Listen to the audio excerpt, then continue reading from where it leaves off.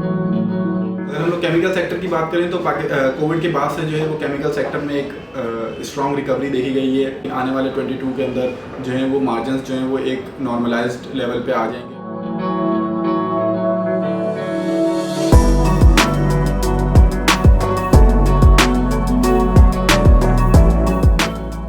अस्सलाम वालेकुम। Strategy review के साथ मैं हूं फैसल सज्जाद।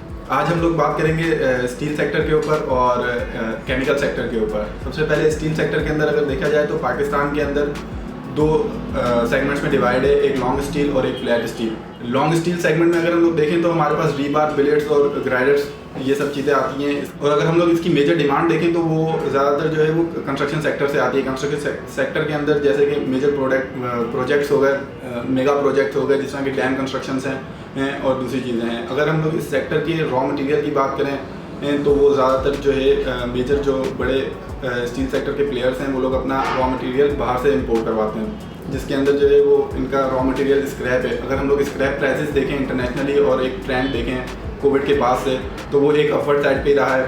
और अगर हम लोग आगे जाके जो अगर हम लोग 22 के अंदर फोरकास्ट करते हैं वो यही है कि आगे जाके जो है वो चीज़ें थोड़ी सी नॉर्मलाइज्ड होंगी, तो ये प्राइसेस भी जो हैं वो आहिस्ता आहिस्ता डिक्लाइन साइड पे आना शुरू हो जाएंगे। स्टील के अंदर अगर हम लोग देखें तो हमारा मेजर रॉ मटेरियल अगर देखें तो वो स्क्रैप है, ये जो कि बाहर से ज़्यादातर इंपोर्ट होता है। और अगर हम लोग FY21 के अंदर की पूरी एक स्क्रैप की प्राइसेस देखें तो वो एक अपवर्ड ट्रेंड पे ही रही थी। और आगे जाके FY22 के अंदर और CY22 के अंदर देखा जाए तो ये चीज़ें आहिस्ता आहिस्ता नॉर्मलाइज होंगी, तो स्क्रैप के प्राइसेस भी जो हैं वो होपफुली नीचे आना शुरू हो जाएंगे। अगर हम लोग इसके अंदर अपने टॉप पिक्स की बात करें, जैसे कि हमने अपनी स्ट्रेटजी में लिखा है कि टॉप पिक्स हमारा मुगल है और आगा स्टील है। मुगल हमारे टॉपिक का रीज़न यही था कि एक तो उनका डाइवर्सिफाइड बिजनेस है, जिसके अंदर वो लोग डिफरेंट रीबार्स के अंदर और ग्राइडर्स के अंदर और बिलेट्स के अंदर डील करते हैं। और एक उनका यूनिक बिजनेस जो है एक कॉपर इनगोट्स का है, जो कि वो एक्सपोर्ट के ज़रिए करते हैं, जो कि ना कंपनी के प्रॉफिट मार्जिन्स के अंदर और ग्रॉस प्रॉफिट के अंदर एक है ना अच्छा इम्पैक्ट देते हैं। अगर हम लोग लास्ट क्वार्टर से कंपेयर करें तो अराउंड 34% जो है वो कॉपर इनगोट से 34% के जो ग्रॉस मार्जिन है वो कॉपर इनगोट्स के आए हैं। फ्यूचर आउटलुक में देखें तो नॉर्थ का काफ़ी ज़्यादा बड़ा एक शेयर जो है वो मुगल के पास हेल्ड करता है, और वो जो है आगे जाके इसको मज़ीद अगर अपनी प्रोडक्ट्स इंक्रीज़ करता है तो वो एक इनके लिए एक प्रॉफिटेबल चीज़ होगी। बाकी अगर हम लोग दूसरे नंबर पर बात करें तो आगा स्टील है। आगा स्टील के अंदर वो लोग एक मिडा का प्लांट लेके आ रहे हैं, जो कि है ना CY22 के एंड तक जो है मोस्ट प्रॉबली CY23 के अंदर जो है वो प्लांट ऑपरेशनल हो जाएगा।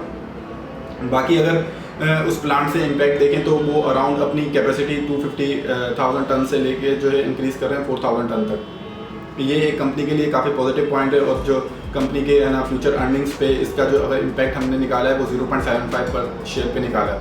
और आगा स्टील के पास जो है एक यूनिक इलेक्ट्रिक आर्क फर्नेस भी है, जो कि बाकी के कंपैरिजन में 20 to 25% जो है वो इलेक्ट्रिसिटी की सेविंग करता है। अगर हम लोग दूसरे सेगमेंट की तरफ देखें तो वो फ्लैट स्टील इंडस्ट्री है। फ्लैट स्टील इंडस्ट्री के अंदर डास्टन की कवरेज में इस वक्त ISL है और आयशा स्टील है। हमारी टॉप पिक के अंदर जो है वो इंटरनेशनल स्टील है। इंटरनेशनल स्टील का अगर हम लोग देखें तो वो आने वाले टाइम में जिस हिसाब से 2 व्हीलर्स और 3 व्हीलर्स की डिमांड जो है ऑटोमोबाइल सेक्टर से जो इंक्रीज़ हो रही है और उस साइड से जो एक डिमांड हमारी ये इकॉनमी के ऊपर इम्पैक्ट डाल रही है, तो आने वाले टाइम के अंदर है ना कंपनी की ग्रोथ और इन चीज़ों को देखते हुए एक पॉजिटिव पॉइंट नज़र आता है। और अगर हम लोग इंटरनेशनल स्टील की बात करें, इंटरनेशनल स्टील एक south west steel flat steel company है, जिसकी ये करंट कैपेसिटी जो है वो 1.0 मिलियन टन पर एनम तक की है। और कंपनी जो है इस चीज़ को अपनी कैपेसिटी इंक्रीज़ कर रही है, जिसको वो ले आएगी 1.2 मिलियन पर टन तक।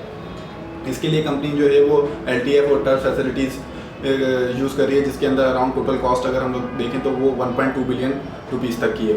हमने अपनी स्ट्रेटजी के टॉपिक्स में जो है वो इंटरनेशनल स्टील रखा है। उसका मेन रीज़न यही है कि एक तो उनकी अपकमिंग एक्सपेंशन जो है CRC की वो कर रहे हैं डी बॉटलनेकिंग के थ्रू, जो अपनी करंट कैपेसिटी 1 मिलियन टन से इंक्रीज़ करके 1.2 मिलियन टन तक ही कर लेंगे। और इसकी अगर टोटल कॉस्ट की अगर बात करें तो 1.23 बिलियन तक की है।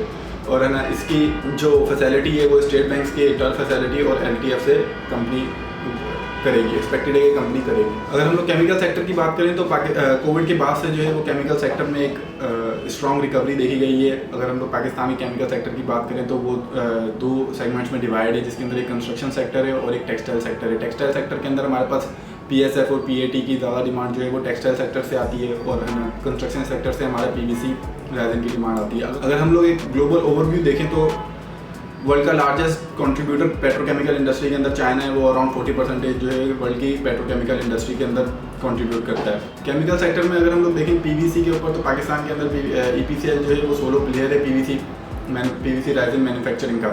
अगर PVC इंटरनेशनल मार्केट के अंदर देखें तो PVC इंटरनेशनल 21 के अंदर मार्जिन जो है वो अच्छे खासे अपवर्ड ट्रेंड पे रहे थे, अराउंड $1300 पर टन जो है वो मार्जिन टच करके आए थे। उसका मेन रीज़न यही था, एक तो US गल्फ के अंदर जो वो ब्लॉकेज थी और सप्लाई चेन डिस्टर्बेंस की वजह से मार्जिन जो हैं वो अपर ट्रेंड पे रहे थे, लेकिन आने वाले 22 के अंदर जो है वो मार्जिन जो हैं वो एक नॉर्मलाइज्ड लेवल पे आ जाएंगे। अगर प्राइसेस इंटरनेशनल मार्केट में जो है वो डिक्लाइन साइड पे आना शुरू होती हैं, जैसे कि मार्जिन जो है वो ईज डाउन होना शुरू हो गए हैं, 950 पर टन डॉलर्स पे जो है वो रिसेंट के मार्जिन है, और अगर यही ट्रेंड आगे चलता रहा तो मोस्ट प्रॉबेबली कंपनी जो है एक नॉर्मल अर्निंग्स अपनी पोस्ट करना शुरू कर देंगी। अगर हम लोग EPCL की फ्यूचर आउटलुक की बात करें तो अगर इसी तरह से प्राइस मोमेंटम जो है वो एक अपवर्ड ट्रेंड की तरफ रहता है और अगर क्रूड ऑयल की प्राइसेस भी इंक्रीज होती हैं तो वो एक डायरेक्टली इम्पैक्ट जो है ये कंपनी के ऊपर डाल सकती है। Thank you for watching the video. अपना ख्याल रखिएगा। अल्लाह हाफिज़।